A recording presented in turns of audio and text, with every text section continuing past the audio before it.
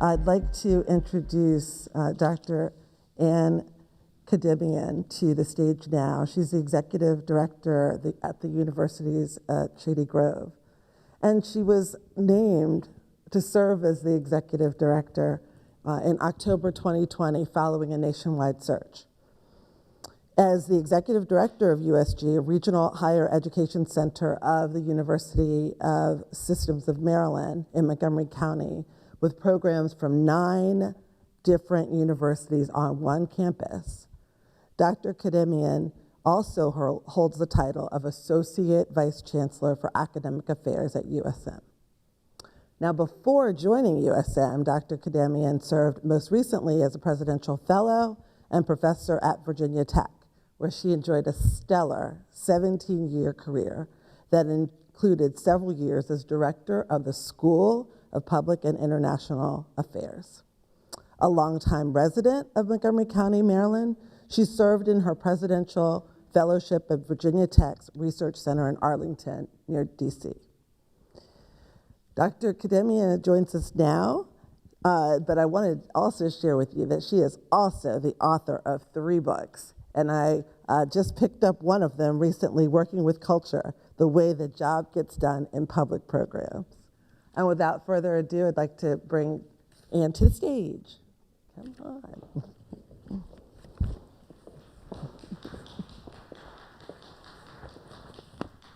Good afternoon, everybody. Thank you, Sharon. Thank you. The Universities at Shady Grove is very pleased and honored to partner with Montgomery College and Montgomery County to present this forum. And it is such a pleasure and an honor for me to join County Executive Mark Elrick and President Charlene Dukes in greeting all of you today.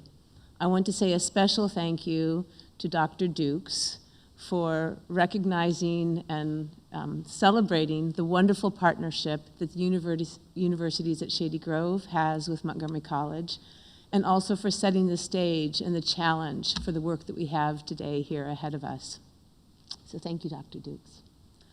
I also want to thank County Executive Elrick for his openness and his willingness to embrace a forum like this and to lead on this issue. And I also want to thank him for his comments, deep history and knowledge and the passion that he brings to this topic today. So thank you, County Executive Elrick.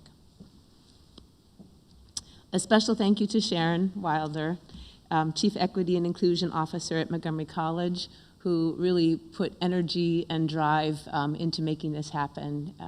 What a wonderful leader, and what a great opportunity for us here today, and to all the organizers who came together to make today possible.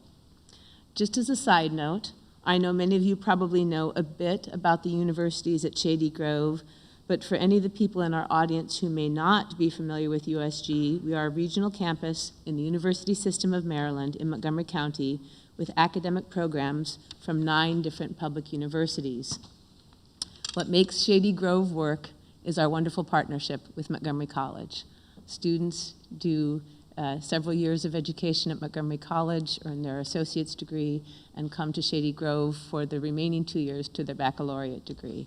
It's a wonderful partnership, it's unique, and we are excited to see it continue to grow and thrive. Today's discussion is such a timely one. Not only is it important that we reframe the narrative about critical race theory, but that we reclaim the narrative about this important topic in education today. If we as educators are not successful in advancing this discussion in today's classrooms, we certainly can't count on it happening effectively through media sound bites, political ads, and social media posts. Critical race theory looks at racism as pervasive, and the idea that racism does not exist solely as a product of individual bias or prejudice, but as something that is embedded in our society's legal systems and policies, in our culture. Something that is institutionalized in so many aspects of society.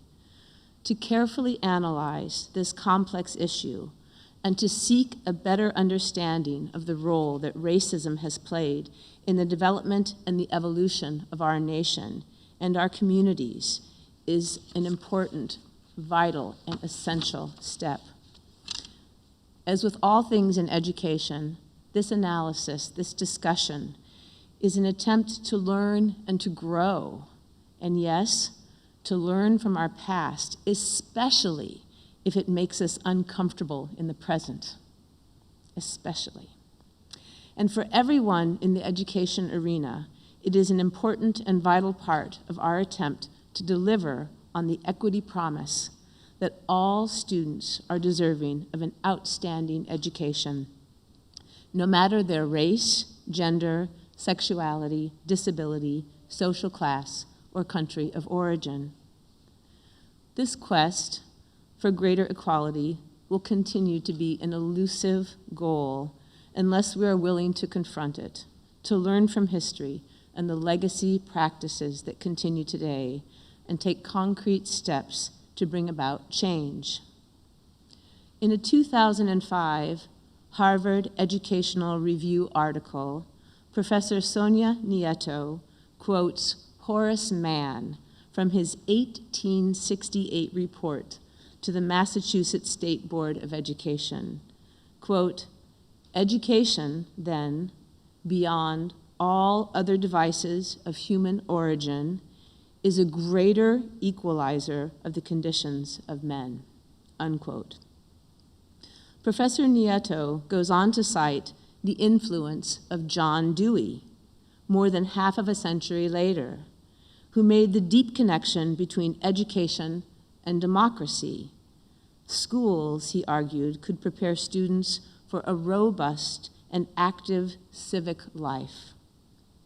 It is this deep connection between the promise of democracy and education that Professor Nieto revived again in her 2006 lecture at Sarah Lawrence College. I want to share a little bit of that with you. Quote, "Teaching is not simply about reading or math or art.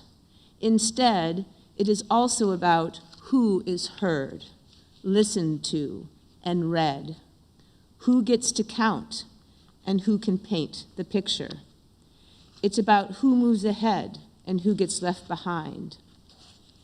In this sense, teaching is political work, and it has always been so.